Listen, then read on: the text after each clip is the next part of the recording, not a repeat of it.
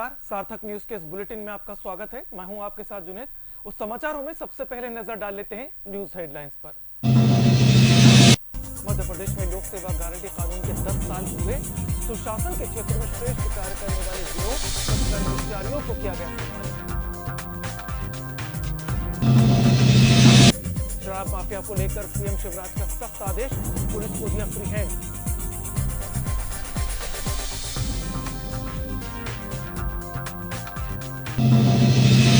पूरे देश में गणतंत्र दिवस की तैयारियां पूरी। 26 जनवरी को लहराएगा तिरंगा।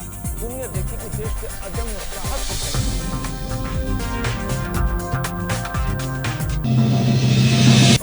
प्यारे मियां यौन शोषण मामले में बालिका गृह में 3 और लड़कियों की बिगड़ी हालत, जेपी और निजी अस्पताल में कराया।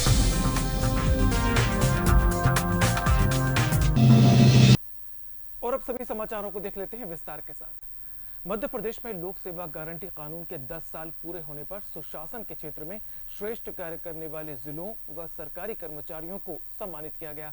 भोपाल के मिंटो हॉल में आयोजित कार्यक्रम में मुख्यमंत्री शिवराज सिंह चौहान ने सीएम हेल्पलाइन 181 के अंतर्गत मोबाइल पर खसरा, खतौनी और नक्शा उपलब्ध कराने की सुविधा का शुभारंभ किया। इस मौके पर मुख्यमंत्री ने कहा कि जो अधिकारी कर्मचारी बेहतर काम करेंगे उन्हें पुरस्कृत करेंगे और जो नहीं करेंगे उसका परिणाम भुगतेंगे। साथ ही उन्होंने यह भी कहा कि सरकारी कामों में टेक्नोलॉजी का उपयोग कर जनता की सुविधाएं बढ़ाएंगे। नई सेवाएं शुरू की जा रही हैं।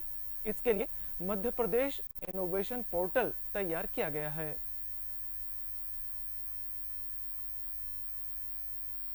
पूर्व मंत्री पीसी शर्मा ने भाजपा विधायक रामेश्वर शर्मा पर बयान दिया है।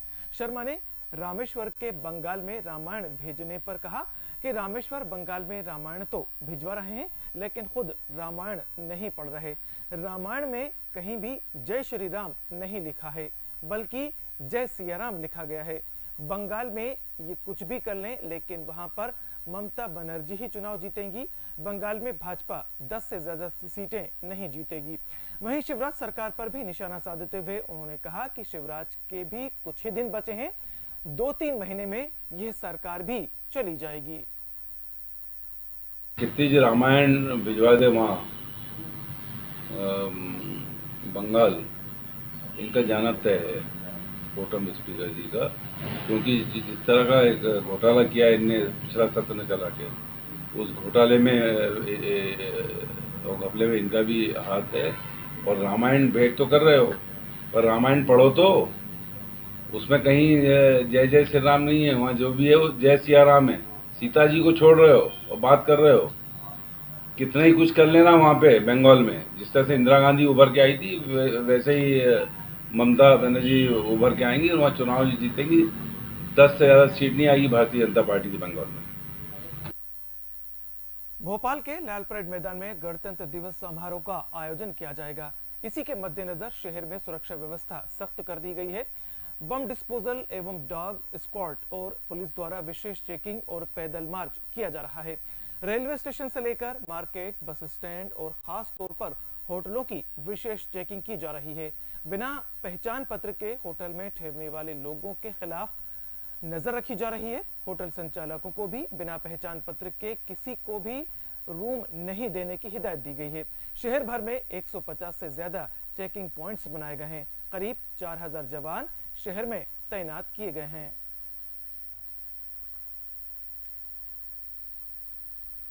राजधानी भोपाल सहित प्रदेश में टीकाकरण का नया प्लान लागू हो गया है। टीकाकरण के लिए कई वैक्सीनेशन सेंटर भी बढ़ाए गए हैं। चिकित्सा शिक्षा मंत्री विश्वास सारंग ने नए प्लान को लेकर मीडिया से चर्चा करते हुए कहा कि वैक्सीनेशन का अभियान सुचारू रूप से चल रहा है। जितने टीके चाहिए थे केंद्र सरकार ने उतने टीके उपलब्ध करवा दिए हैं। आज से 450 सेंटर्स पर टीकाकरण का काम शुरू हो जाएगा। अगले हफ्ते तक हम इसे 1200 सेंटर तक ले जाएंगे। पहले चरण के 2 हफ्ते में हमने 150 केंद्रों पर टीकाकरण का अभियान शुरुआत की और बहुत सुचारू रूप से टीकाकरण मध्य प्रदेश में चल रहा है। हमें जितने वैक्सीन की जरूरत थी उतनी वैक्सीन प्राप्त हो चुकी है। लगभग 10.5 लाख वैक्सीन हमें मिल रही है और हमें लगभग 8,70,000 वैक्सीन की ज़रूरत थी। इसका मतलब है कि लगभग 1.5 लाख वैक्सीन हमें एक्स्ट्रा मिली है। हमने ये निश्चित किया है कि इस हफ्ते से, आज ही से हम 450 स्थानों पर वैक्सीनेशन प्रोग्राम शुरू करेंगे, जो कि 1200 केंद्रों तक पहुंचेगा। हमारी पूरी तैयारी है 1200 केंद्रों की, और 1200 केंद्रों तक हम ये वैक्सीन का प्रोग्राम शुरू करेंगे। और वैक्सीनेशन सुचारू रूप से चल रहा है, इसकी हमें बहुत प्रसन्नता है। भोपाल के बालिका गृह में कुछ समय पहले एक बच्ची की संदिग्ध मौत हो गई थी। बच्ची का शव परिजनों को सौंपने की जगह आनन फानन में अंतिम संस्कार कर दिया गया था। अब फिर इसी बालिका गृह में 3 बच्चों की तबीयत खराब हो गई है और उन बच्चियों को भी आनन फानन में जेपी और हमीदी अस्पताल में भर्ती कराया गया है। बार बार इस तरह की घटनाएं होने से बच्चों की सुरक्षा को लेकर यहां पर कई गंभीर सवाल भी उठने लगे हैं। भोपाल में जिस तरह से पीड़ित बच्चियों को बालिका सुधार गृह में अच्छी बेहतर सुरक्षा और इंतजाम के लिए रखा गया था, उन बच्चियों के साथ जिस तरह का घटनाक्रम हो रहा है वो चिंता का विषय है। 3-4 दिन पहले एक बच्ची की संदिग्ध मौत हो जाती है, उसके बाद उसके शव को परिवार को ना देके आनन फानन में अंतिम संस्कार करवाया जाता है। अब फिर से 3 और बच्चियों की उसी तरह से हालत खराब होना और उन्हें आनन फानन में अस्पताल भेजा गया है, ये निश्चित ही बच्चियों की सुरक्षा के ऊपर गंभीर सवाल उठा रहा है। ये कौन सी स्थितियां हैं, क्या परिस्थितियां हैं जिनमें बच्चियों के साथ इस तरह की स्थिति हो रही है। प्रशासन को इस मामले में अपनी स्थिति स्पष्ट करना चाहिए। मध्य प्रदेश में बच्चियों की सुरक्षा एक गंभीर विषय हो गया है। सरकार को इस मामले में अपनी स्थिति स्पष्ट करना चाहिए। रामनगरी अयोध्या के विकास खंड सोहावल में मुख्यमंत्री सामूहिक विवाह कार्यक्रम का आयोजन किया गया, जिसमें 30 जोड़ों का विवाह किया गया। इस कार्यक्रम में विधायक शोभा सिंह चौहान और जिलाधिकारी अनुज झा उपस्थित रहे। इस सम्मेलन में सभी बालिकाओं को आर्थिक सहायता के रूप में 51,000 रुपए दिए जाते हैं। गृह वस्तु के लिए 10,000 रुपए, 35,000 रुपए नगद और 6,000 रुपए अतिरिक्त खर्चे के रूप में दिए जाते हैं। सभी वर वधु के खाते में RTGS के माध्यम से पैसा ट्रांसफर किया जाता है। विवाह कार्यक्रम में शामिल वर वधु ने राज्य सरकार की इस पहल की सराहना की है।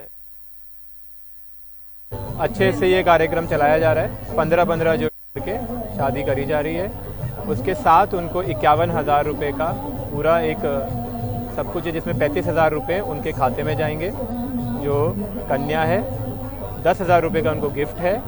गिफ्ट में साड़ी है, लड़के के कपड़े हैं और छोटी सी ज्वेलरी है चांदी की।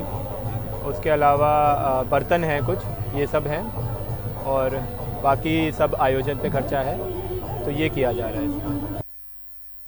बड़ावदा सेवा समिति के बैनर तले 1 दिवसीय रक्तदान शिविर का आयोजन किया गया। यह आयोजन बरखेड़ा गांव के प्राथमिक स्वास्थ्य केंद्र पर किया गया, जिसमें 46 रक्तदाताओं ने रक्तदान कर मानवता की मिसाल पेश की। रक्तदान शिविर के आयोजन में उज्जैन की रक्त कोष टीम को भी बुलाया गया, जिन्होंने रक्तदान शिविर के बाद सभी रक्तदाताओं का और बड़ावदा सेवा समिति का आभार प्रकट किया। इस शिविर के बारे में कहना चाहता हूँ। बड़ावदा सेवा समिति द्वारा बरखेड़ा कला में सभी युवाओं ने रक्तदान शिविर में बड़े जोश से भाग लिया है और यहाँ पे 47 यूनिट रक्तदान किया गया है, जो अच्छा इस गांव के लिए सराहनीय रहा है। खबर अपराध से। मध्य प्रदेश में लगातार बदमाशों के हौसले बुलंद होते जा रहे हैं। एक तरफ तो सरकार बदमाशों के खिलाफ सख्त से सख्त कार्रवाई करने की बात करती है, तो वहीं दूसरी तरफ बदमाश खुलेआम फायरिंग करते नजर आते हैं। ऐसा ही एक मामला दतिया बुंदेला कॉलोनी में देखने को मिला, जहां 2 बदमाशों के बीच झड़प के बाद गोली चल गई, जिससे घर के बाहर बैठे नारायण दास की गोली लगने से मौत हो गई। वहीं मौके पर पहुंची पुलिस ने 2 आरोपियों को गिरफ्तार कर लिया। पुलिस इस पूरे घटना की जांच में जुट गई है। थाने पर सूचना प्राप्त हुई थी कि बुंदेला कॉलोनी में गोली चल गई है। वहां जाके देखा तो पता चला कि बुंदेला कॉलोनी के रहने वाले नारायण दास को जो 65 साल के हैं, उनको गोली लगी है, जिनको तत्काल अस्पताल ले जाया गया है और उसमें अभी देहाती नालसी ले ली गई है। इसके अलावा प्रकरण में इन्वेस्टिगेशन कर रहे हैं। 2-3 लोगों को हिरासत में लेके पूछताछ कर रहे हैं। जब किन्नरों के गुट आपस में लड़ें तो लोगों के लिए तमाशा सा बन जाता है। वहीं लोग इनकी लड़ाई को देखकर आश्चर्यचकित भी हो जाते हैं, क्योंकि ऐसे किस्से यदा-कदा ही देखने को मिलते हैं। ऐसा ही एक मामला छिंदवाड़ा जिले के रामाकोना के हाट बाजार में देखने को मिला, जहां नागपुर से आए एक किन्नर के गुट के सदस्यों ने व्यापारियों से वसूली करना शुरू कर दी, तो वहीं दूसरे किन्नर गुट ने इसका विरोध किया, तो दोनों किन्नर गुटों के बीच विवाद बढ़ा और मारपीट तक चला गया। इस विवाद में 2 किन्नर घायल हो गए। सूचना मिलते ही मौके पर पहुंची पुलिस ने मामले को जांच में लिया। घायल किन्नरों का इलाज कराया गया है और FIR दर्ज कर जांच की जा रही है।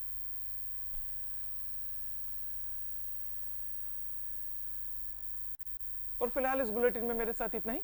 इजाजत दीजिए, नमस्कार।